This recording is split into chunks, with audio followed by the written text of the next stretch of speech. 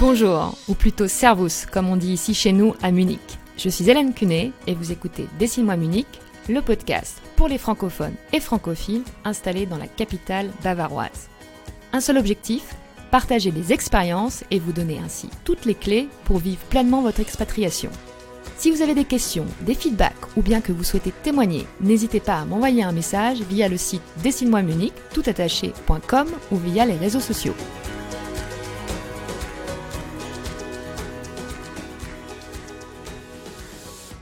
Aujourd'hui, dans ce 8e épisode, je rencontre Emmanuelle et nous nous éloignons un peu de Munich car notre invité vit à Augsbourg.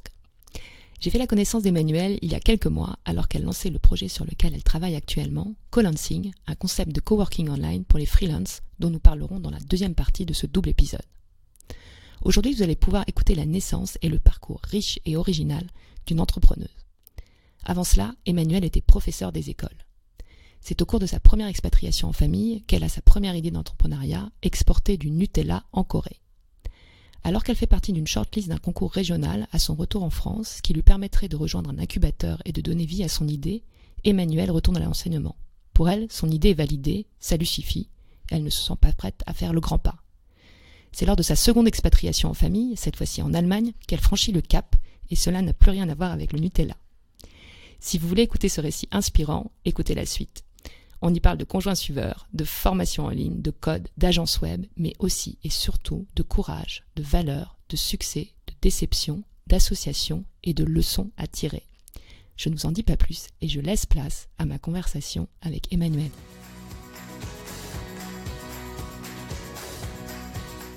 Bonjour Emmanuelle. Bonjour. Merci d'être venue de Augsbourg pour me rencontrer. On va commencer comme d'habitude avec la question à savoir d'où tu viens. Alors je viens d'un peu partout parce que j'ai beaucoup voyagé et j'ai beaucoup surtout déménagé en France depuis toute petite. Mais là où je suis restée le plus longtemps et là où j'ai ma maison que j'appelle ma maison de famille, c'est dans le sud de la France vers Aix-en-Provence. Et du coup, je considère que c'est de là que je viens. Et tu es née à Aix-en-Provence ou non, je suis née à Cannes. Et ensuite j'ai beaucoup déménagé avec mes parents, du coup sur tout le sud de la France, de l'ouest à l'est. Tu peux nous dire quel a été ton parcours? Qu'est-ce que tu as fait comme études? Où est-ce que tu commences à travailler?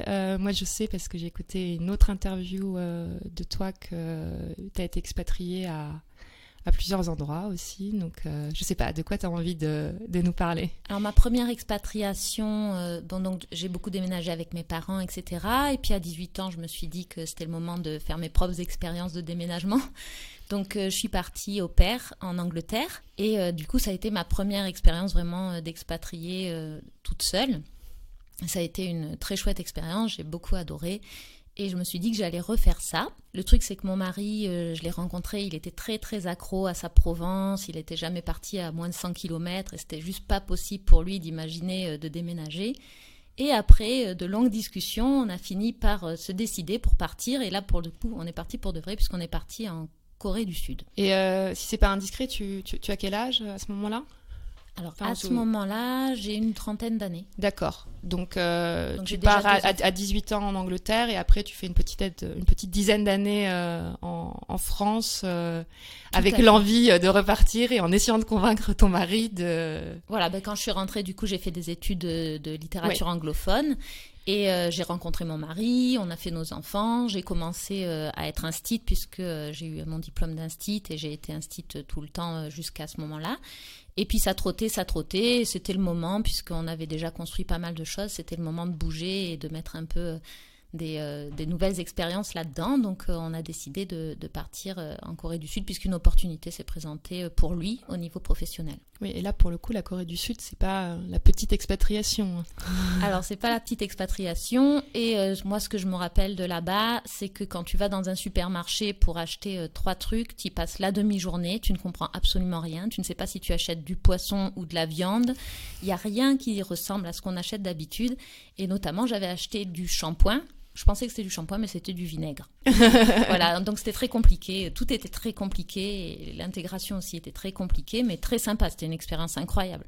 Et toi, tu travailles là-bas ou tu restes à la maison? Comment ça se passe pour toi? Alors déjà au début, on n'est pas resté très longtemps, on est resté 1 année. Donc au début, je travaillais un peu à l'école internationale de mes enfants puisque c'était le plus simple et que j'étais instite, donc ça s'est présenté tout seul. J'ai voulu faire d'autres choses, mais c'était très difficile de s'intégrer. On n'était pas à Séoul, on était dans un village, enfin dans une petite ville. Du coup, les gens ne parlaient pas non plus l'anglais et j'ai appris le coréen, mais très sommairement, ça ne me suffisait pas pour travailler. Du coup, j'étais à la maison et c'est là où j'ai commencé à me dire, ça fait longtemps que je veux entreprendre, c'est peut-être le moment de me lancer sur quelque chose de personnel puisque j'ai du temps et que je ne vais pas rester sans rien faire. Et quelle est ton idée à ce moment-là ? Alors, mon idée à ce moment-là, c'est de ramener du Nutella de France vers la Corée parce qu'on est tout un groupe d'expats. Il y a beaucoup à ce moment-là d'expatriation sur la Corée pour développer tout ce qui est industriel, etc. Donc, et ce qui nous manque vraiment beaucoup, c'est le chocolat et le fromage. Et le fromage, bon, c'est très difficile à faire venir pour des raisons de douane, mais le chocolat, je me suis dit, pourquoi pas ? Pourquoi pas faire des colis en fait personnalisés pour les expats ? Ils commandent. Moi, je le fais venir de France vers la Corée du Sud. Et en fait, c'est pas une question de budget parce quand on vit là-bas, on a un budget qui est vraiment conséquent par rapport au niveau de vie là-bas. Et du coup, puis on était prêt à donner n'importe quoi pour un pot de Nutella. Hein. Mais j'ai vu passer, je t'enverrai une publicité, là, il y a quelque chose qui s'appelle, je crois, Colis Expat. Et c'est un système de box, ouais, où ils envoient... donc c'est pas seulement du chocolat, mais c'est des marques, j'ai vu Petit Lu, les Madeleines, de la moutarde, et tous les mois, c'est des produits un peu différents et typiquement français et que tu n'aurais pas forcément dans ton pays. Donc, exactement, et on se rend compte quand on est loin comme ça, que c'est plus que de la nourriture en fait, c'est vraiment... j'ai pas ce sentiment en Allemagne, ça me manque beaucoup moins puisque la vie européenne est sensiblement la même. Mais par contre, là-bas, c'était vraiment un retour aux sources, un bien-être que de retrouver des choses comme ça. On allait à Séoul dans un restaurant français, mais c'était vraiment une ressource énorme quoi, pour nous d'aller de temps en temps et de manger français. C'est rigolo. Et donc, tu commences à développer ce projet en Corée ou tu mets ça en place, ou tu commences à le développer quand tu retournes en France ? Alors, je commence à le développer en Corée. Ensuite, quand on rentre en France, je commence à le présenter du coup pour essayer de trouver de l'aide, notamment au niveau des douanes, de la loi, etc., pour essayer de débloquer tout ça. Et il y a la région Alpes-Côte d'Azur qui prend en compte mon projet, donc je l'envoie à plusieurs concours. Celui-là, c'était un concours sur l'innovation. J'étais quasiment sûre de ne pas être sélectionnée puisque ce n'était pas concrètement de l'innovation. Ils parlaient de chimie, de choses... de mobilité urbaine, enfin de choses qui ne me concernaient pas du tout. Et pourtant, ils ont retenu mon dossier et ils m'ont proposé du coup de développer le projet et de m'aider. Donc il restait 3 candidats qui allaient avoir une bourse et à ce moment-là je me suis dit non mais c'est pas possible en fait. J'ai réussi, mon projet était vraiment viable mais c'est trop pour moi, je vais redevenir instite et rester tranquille. En fait ça m'a fait peur. Syndrome de l'imposteur. Exactement, je me suis dit c'est trop grand, c'est international, même si je suis aidée, qu'est-ce que je vais faire, au bout de combien de temps je vais gagner ma vie et est-ce que c'est bien raisonnable à ce moment-là, etc. Donc j'ai pas osé en fait. Mais j'étais déjà très satisfaite en fait, le fait qu'ils me disent c'est un projet viable et bravo, votre business plan il est vraiment carton. Moi je me suis dit super, génial, j'ai gagné, allez on retourne dans la cour d'école. Donc tu retournes dans la cour d'école et une nouvelle expatriation arrive, qu'est-ce qui se passe ? On reste un petit peu là, mais c'est vrai qu'une fois qu'on a goûté à l'expatriation, on a vraiment envie de recommencer. Donc, quand une nouvelle opportunité se présente, c'est l'Allemagne. Donc, au début, on se dit l'Allemagne, bof, il va faire froid, peut-être que les gens vont être pas faciles. On ne parle pas allemand, ni mon mari, ni moi, ni mes enfants. Ça fait pas rêver, comme on dit. Exactement, ça fait pas rêver. Sur le coup, on se dit c'est pas grave, on le tente, on passe 2 ans, ça permettra de voir si vraiment nos préjugés sont fondés. Et justement, qu'est-ce qui vous fait partir finalement en se disant on laisse la chance ou l'opportunité pour ton mari de travail est belle et on se dit on essaie ou enfin. L'opportunité de travail, non. Il y avait vraiment l'opportunité d'aller en Allemagne et c'était plus le voyage et le fait de rencontrer une nouvelle culture qui nous a fait dire en fait on n'a pas envie d'y aller concrètement, c'est pas un pays qu'on aurait choisi, mais c'est la première opportunité qui se présente. Et du coup, ça nous permettra aussi de... Pourquoi on ne veut pas y aller en fait ? On n'avait pas de raison concrète. Donc c'était l'occasion de se dire on le tente et puis au moins on saura pourquoi on y reste ou pourquoi on n'y reste pas. Et vous partez où en Allemagne ? Et est-ce que tu peux nous resituer à peu près la date où vous arrivez aussi en Allemagne ? On arrive en 2008, donc avec mes enfants qui avaient 8 et 10 ans. et qui avait un peu appris l'anglais en Corée, mais du coup c'était 5 ans auparavant, donc ils avaient complètement oublié puisque c'était que pendant une année. Et on arrive à Augsburg, donc qui est à 110 km de Munich. Donc ton mari, lui, a son boulot, et toi, qu'est-ce que tu fais? Tu essaies de retrouver un emploi comme enseignante, ou tu es à la maison? Comment ça se passe, l'arrivée à Munich pour toi? Alors quand j'arrive là, je me dis bon déjà il faut que j'apprenne l'allemand parce qu'on savait même pas dire bonjour, on savait rien du tout quoi. Le premier mot qu'on a appris c'est Grüß Gott et on croyait que ça voulait dire bonjour dans toute l'Allemagne. Après on s'est rendu compte que c'était dialecte. Donc du coup on partait vraiment de loin. Donc je me suis dit bon je vais profiter déjà des cours d'intégration qui sont offerts en Allemagne et qui étaient vraiment super pour apprendre au moins les bases de l'allemand. Donc les premiers 6 mois je les ai passés en intensif pour apprendre l'allemand. Et petite question pour les enfants, il y a une école française à Augsbourg ou ils sont scolarisés dans un établissement allemand, tes enfants? Alors non, nous comme on comptait rester que 2 ans, c'était pas viable de les mettre dans une école allemande puisqu'ils auraient eu à peine le temps d'apprendre qu'on serait repartis. Donc on s'est dit c'est certainement pas notre dernière expatriation, l'anglais ça va toujours leur servir. Donc on a choisi de les mettre dans une école internationale à Augsbourg et c'était un très bon choix puisque cette école c'est vraiment un bonheur. Donc toi, tu fais tes 6 premiers mois à apprendre l'allemand. Et le next step, c'est quoi? Le next step, c'est que je donne un peu des cours de français. Je travaille aussi à l'école internationale en tant que prof de français. Toujours pareil, la carte d'instit, elle est vraiment très pratique. Et je me dis, c'est que 10 heures par semaine. Franchement, ça va pas faire beaucoup. Donc, il faut que je trouve autre chose. Et la boîte de mon mari proposait aussi un pack formation pour l'épouse. Donc je me suis dit, je vais en profiter. Seulement, c'était octobre à ce moment-là. Et toutes les écoles en ligne, en français, francophones, il y en avait déjà à cette époque, il n'y en avait pas beaucoup. Maintenant, ça fleurit, mais à ce moment-là, il n'y en avait pas beaucoup. Et du coup, il y avait une école de code. Donc, je ne connaissais pas du tout le code, donc JavaScript, HTML, tout ça. Je me suis dit, il n'y a que ça. Je vais faire ça et puis ça me servira si un jour je veux faire un site internet ou faire autre chose. Grand écart quoi. Donc de l'enseignement au Nutella au code, non, mais bon, tu avais envie d'apprendre. Et petite question là, quand tu dis pack pour l'épouse, en fait tu as une enveloppe qui est allouée et à toi de choisir la formation que tu veux suivre. On leur fait notre proposition et ils valident ou ils valident pas. Il y a une enveloppe qui est attribuée. Je me suis dit on va pas perdre cette enveloppe. Et comme il y avait un délai pour l'utiliser, il me restait peu de temps. Je me suis dit, au début, je voulais faire une école marketing-commerce, mais c'était pas possible, c'était lié à eux. Et c'était pas possible parce que le délai était dépassé. Donc, je me suis dit, il y a ça, je vais faire ça, et puis on verra bien. Non, puis j'imagine que 2008-2009, effectivement, en formation en ligne, t'as pas le choix que tu as désormais. Alors, j'étais ouverte vraiment à tout, et concrètement, il n'y avait rien. Mais bon, tu pars quand même donc dans ta formation pour apprendre à coder. Ça se fait sous quelle forme? Ça dure combien de temps? Alors, c'était une formation qui était censée durer 2 à 3 ans, suivant l'investissement qu'on y mettait. Et du coup, ils nous envoyaient des bouquins. C'est long, hein? Oui, c'est long. Je me suis dit, on verra bien. Et puis, mais après, je pouvais la faire beaucoup plus vite aussi. Il s'est trouvé que la formation était pas du tout intéressante. Elle était obsolète pour la plupart, donc du coup, ça marchait pas. Et il y avait surtout aucun suivi avec les profs ou de choses. Donc, c'était vraiment toi et ton bouquin. Après, tu renvoyais ton devoir. Il y avait des devoirs à rendre chaque semaine et tu avais la réponse, mais il n'y avait pas d'interaction. Et comme c'était un peu obsolète, on a été obligé de se regrouper, de retrouver les autres élèves pour essayer de leur dire « mais comment tu fais cet exercice ?» parce que ça ne marche pas concrètement. Et en retrouvant ces élèves, on a finalement créé ce que l'école n'avait pas du tout prévu, mais une communauté d'élèves de cette école. Et on a décidé de partir sur un projet communautaire et ça a changé toute ma vie en fait. Et donc tout ça à distance, j'imagine, puisque les gens étaient un peu répartis partout en France. En France, même en Europe, puisque c'était à distance. Donc du coup, il y avait des francophones d'un peu partout.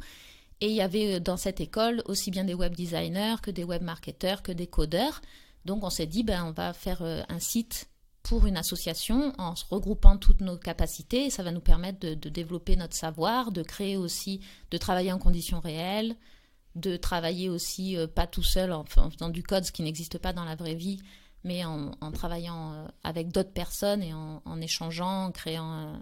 Enfin, il y avait des chefs de projet, on a fait vraiment un truc bien, c'était vraiment super. Et en parallèle donc de la formation, si j'ai bien compris, pour justement vous entraîner ou concrétiser un peu plus. Alors au début, c'était en parallèle de la formation. Finalement, on s'est rendu compte qu'on allait beaucoup plus loin en faisant ça. Et la plupart d'entre nous, on a fait valider notre formation en passant l'examen, mais on n'a pas renvoyé finalement les devoirs entre les deux.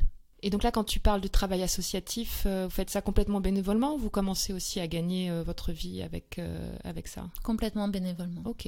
Et on était 40 à la fin, on était 40 avec 15 qui étaient très très investis, une dizaine qui étaient moyennement investis et d'autres qui étaient là de temps en temps.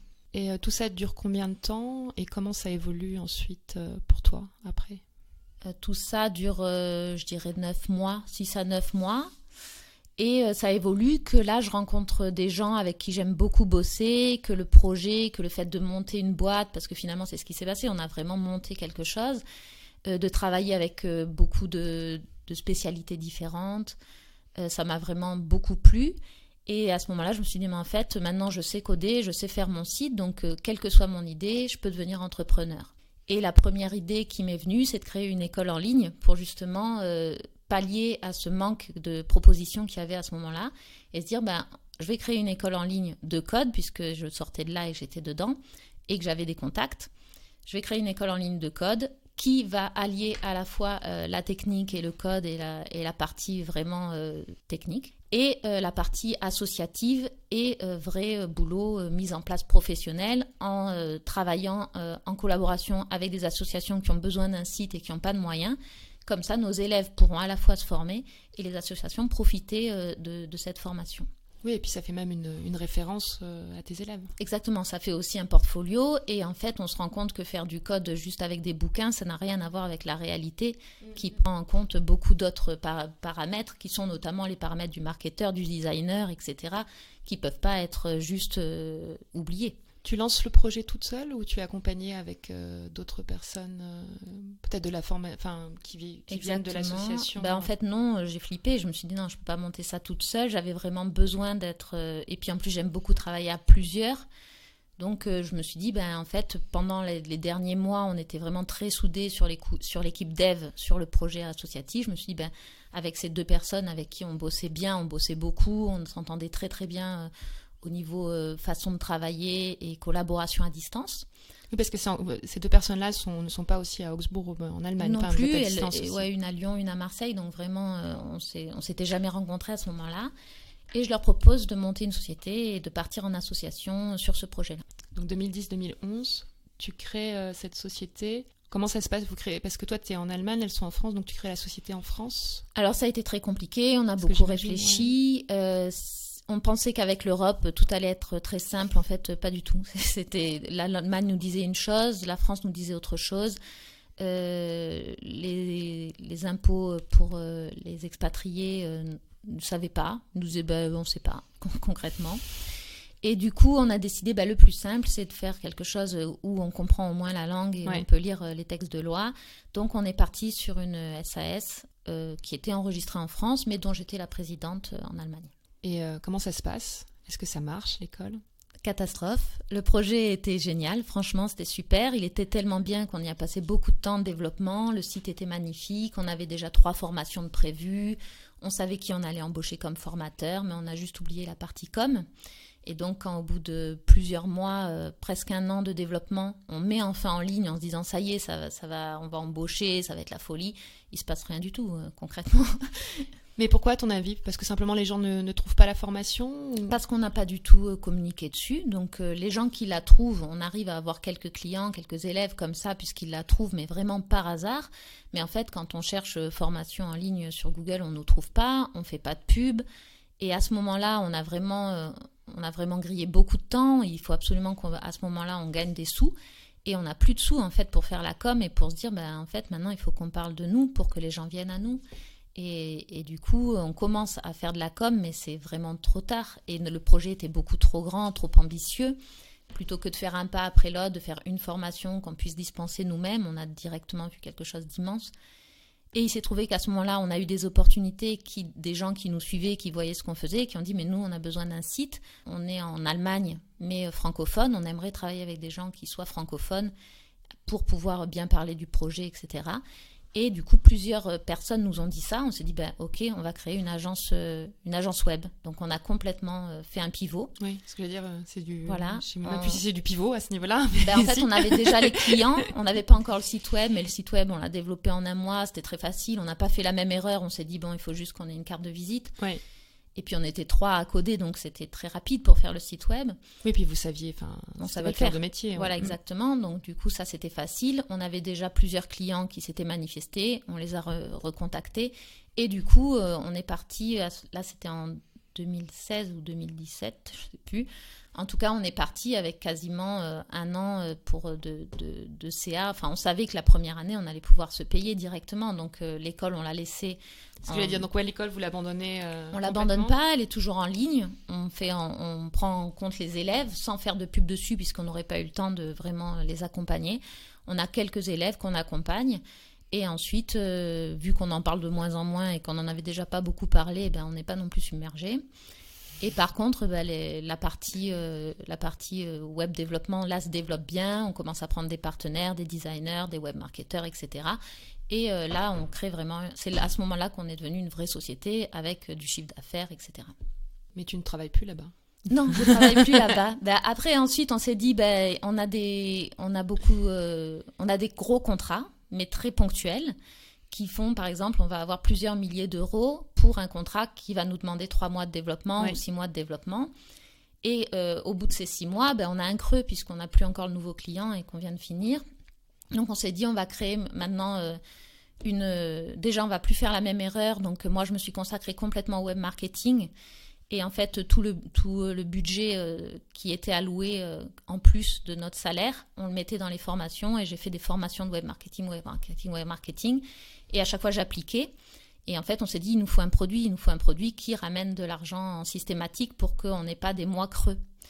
Et du coup, on a créé une agence en ligne, une boutique en ligne en 2017, qui a marché très très bien, très très vite. Et excuse-moi, vous vendiez quoi dans la boutique en ligne ? On vendait des plugins pour WordPress, donc des petits programmes qui permettaient d'améliorer WordPress. Et du coup, ça a très bien marché. En 6 mois, on s'est rendu compte qu'on pouvait cette fois se payer confortablement toutes les 3 et qu'on pouvait voir venir. Donc, on pouvait avoir des autres idées de développement, etc., qu'il fallait faire des choix aussi sur notre budget. Et c'est quelque chose qu'on n'avait pas du tout réfléchi auparavant. Nous, notre seule discussion, c'était comment arriver à se payer et comment arriver à avoir un business pérenne. Et là, vous n'aviez pas réfléchi à la stratégie ou à quelle orientation vous vouliez donner à la boîte, c'est ça ? Exactement. C'est que vous étiez juste dans l'optique, ok, il faut qu'on survive, qu'on se salarie, mais en fait, si ça marche, il n'y avait pas de plan une fois que ça marchait. C'est ça, notre plan, c'était ça. Et maintenant que ça marchait, on a commencé à avoir des discussions qui étaient, mais quel est notre objectif ? Est-ce qu'on veut travailler beaucoup pour gagner de plus en plus ? Est-ce qu'on veut juste avoir un confort de vie et gagner confortablement ? Et là, on s'est retrouvé avec des différences majeures. Et puis, du coup, il y avait de l'argent, donc il y a eu des problèmes. Et on s'est rendu compte qu'on n'avait pas du tout la même façon de voir le business. Et à ce moment-là, je me suis dit, en fait, moi, le mieux, c'est que je quitte la boîte et que je parte vers autre chose parce qu'aujourd'hui, ça ne me correspond plus. Et même si aujourd'hui, on est arrivé à l'objectif et finalement, c'est la tranquillité, je préfère repartir sur autre chose que partir dans une direction, je sais que c'est plus la mienne. Avec le recul que tu as maintenant, tu vois comment tu aurais pu éviter ce désaccord ? Oui, je pense que clairement, au moment où on a fait... donc on est parti sur une SAS qui est beaucoup moins procédurière qu'une SARL. On est parti là-dessus justement pour cette raison. Mais de ce fait, il n'y a pas du tout de contrat. On n'est pas du tout protégé. C'est à nous de faire tous les contrats et c'est complètement ouvert. On peut écrire tout ce qu'on veut sur un papier, signer, c'est bon. Et on n'a pas pris le temps de faire ça, de poser qu'est-ce qui va se passer quand quelqu'un va partir, qu'est-ce qui va se passer si on a du bénéfice, quelle orientation on va donner, qui va décider, comment ça va se passer. Et je pense que du coup, au moment où ces questions sont arrivées, on n'y avait pas du tout réfléchi et on s'est retrouvé surpris par les réponses des autres en fait. Ouais. Alors que si on y avait réfléchi en amont, eh bien à ce moment-là, on aurait su quoi faire et on aurait déjà trouvé un compromis. Et là, en fait, c'était trop tard pour trouver un compromis puisqu'on était carrément dedans. Et on était aussi surpris parce qu'on était tellement sûrs, on travaillait 12 heures par jour, tous les jours ensemble, en ligne, mais ensemble. Et on était tellement sûrs d'être dans la même optique de développement et tout ça qu'à ce moment-là, on s'est dit, oula, mais en fait, non, on n'est pas sur la même longueur d'onde. Et oui, ça a été un gros choc. Et donc ça se passe comment ? Tu pars, les deux restent Je demande à partir, à récupérer mes parts et là, elles acceptent mon départ. Elles me disent qu'elles vont me donner donc ma part, qu'elles réfléchissent sur le montant qui est optimum. Et en fait, la part, je l'attends toujours puisqu'elles ont juste coupé tous les comptes, etc. Et ensuite, elles ont refusé de me donner ma part en me disant, ben non, en fait, si on ne te donne rien...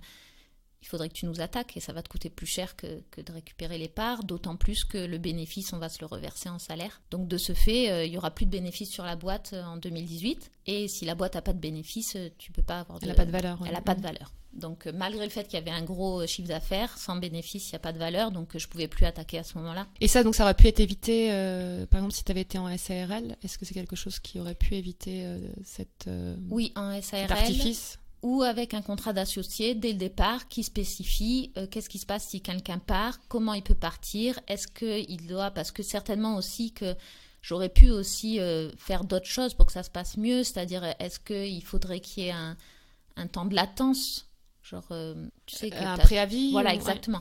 Est-ce qu'il y a un préavis, comment ça se passe, qui récupère quoi en partant, puisque là on avait à ce moment-là 4 sites internet qui marchait, donc est-ce que ça a une valeur ou est-ce qu'on considère que c'est que le chiffre d'affaires ou que le bénéfice? Tout ça, ça aurait pu être mis en amont. Je pense que ça aurait été beaucoup plus facile pour tout le monde de savoir où on allait et ça aurait évité beaucoup de conflits. Donc le problème, c'est que quand on se lance, on ne pense pas à ça et qu'en plus, on n'avait même pas conscience à ce moment-là que c'était un problème qui pourrait être soulevé et des problèmes que ça aurait pu créer. Et puis, je pense que la deuxième chose peut-être qui est intéressante à souligner, c'est en fait, c'est des gens que tu suis depuis longtemps et je ne sais pas si tu les appellerais des amis, mais vous étiez tellement tout le temps ensemble que tu fais, j'imagine, entièrement confiance aux gens et comme tu l'as dit, tu t'attends pas à ne pas être d'accord. Et peut-être que dans ces moments-là, parce que je le prends comme leçon pour moi et tout, je me dis, parce que tu sais, c'est ce qu'on dit même dans des cas pour la famille, etc., qu'il faut absolument toujours poser les choses, même si ça te paraît hyper formel, mais au moins les choses sont claires et quand il y a un souci, le droit fait loi. Le droit et le fait d'en avoir parlé, il n'y a pas de surprise en fait, on était d'accord. Et c'est pas juste on était d'accord, parce que là aussi on était d'accord que tout était à 3 et qu'on partageait tout à 3, que ce soit notre temps de travail ou nos bénéfices ou notre salaire. On a toujours été au centime près, au même salaire, quelles que soient nos fonctions.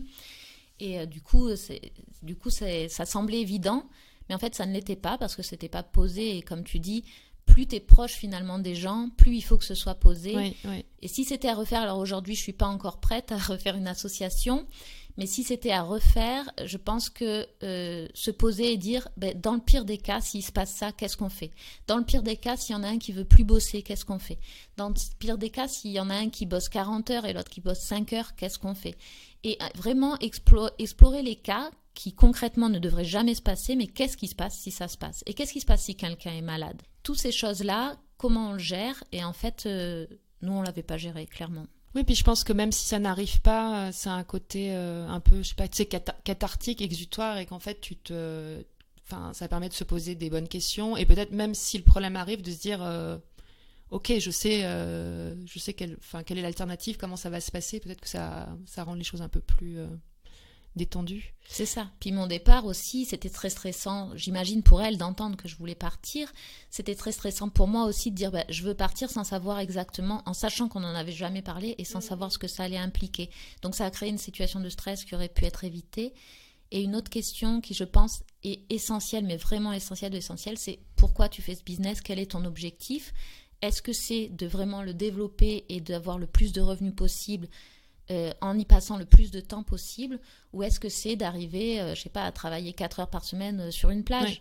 Parce que c'est pas du tout le même objectif et que si on part pas sur quelque chose de commun, c'est pas possible que ça marche. Ou en tout cas, il faut trouver une solution et il faut la trouver en amont. Oui, ou sinon, après, tu peux pas avoir la même répartition de parts s'il y a quelqu'un qui bosse moins. Enfin, ça crée un déséquilibre. Ça crée un déséquilibre et surtout, ça crée une différence. Une fois qu'on a eu du bénéfice, comment on développe la boîte?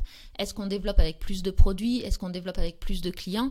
Ou est-ce qu'au contraire, on se concentre là-dessus et on se développe plus parce qu'aujourd'hui, on a un salaire qui est confortable et que du coup, nos clients sont contents, on a du temps à passer avec eux et ça nous suffit. Donc, est-ce qu'on va au-delà de ça, en sachant qu'au niveau familial, qu'est-ce qu'on veut aussi? Donc oui, il y a beaucoup de questions qui se posent et qui sont essentielles. qui peuvent, à mon avis, être gérées, encore une fois, si on en a parlé en amont, en disant quand on en arrivera là, à ce moment-là, le salaire sera divisé par 2 pour une telle personne ou quoi, mais en tout cas, il faut en parler. Donc là, vous vous séparez, ça se passe pas bien, et donc toi, j'imagine que tu n'es pas bien. Moi, je suis très très mal à ce moment-là. Je pense que je fais un petit burn-out parce que j'avais tout donné vraiment. Je travaillais énormément, c'était mon travail, ma passion, mon bébé, mon rêve, enfin tout ça. Et d'un coup, le plus dur, ça a été d'un coup de me lever et de me dire mais qu'est-ce que je vais faire aujourd'hui ? J'ai rien à faire. Alors que d'habitude, j'avais tout le temps trop de choses à faire. Et là, le fait de ce néant devant moi et me dire mince, mais j'ai pas d'autre passion. Si je vais lire un livre, ça va être un livre de marketing. Si je vais me promener, c'est pour écouter un podcast. Enfin, c'était vraiment, j'étais obnubilée par ça et d'un coup, c'était le vide total et la déception, évidemment. Moi, je l'ai ressenti comme une trahison par mes amis. Donc, du coup, j'avais aussi une grosse déception vis-à-vis de l'humain, de la confiance, de l'entrepreneuriat, de beaucoup de choses. Donc, j'ai eu besoin de 4-5 mois pour me relancer un peu, pour me dire, bon, ça va aller. Et qu'est-ce que tu fais pendant ces 4 ou 5 mois, justement, pour te relancer, comme tu dis ? Rebonjour, j'espère que cette première partie vous a plu. Si vous voulez savoir comment Emmanuelle rebondit et quelle est la suite de son parcours, la seconde partie sortira dimanche soir et je publierai aussi les notes de l'épisode sur le site. Si ce n'est déjà fait, pensez à vous inscrire à la newsletter où je vous informe de toutes les nouveautés comme la sortie de cet épisode ou bien la publication d'un nouvel article de blog. Cette semaine, j'ai rassemblé pour vous 10 bons plans pour supporter la canicule à Munich. Sur les réseaux sociaux, vous avez du contenu tous les jours. Belle journée et à demain soir pour la suite de l'épisode.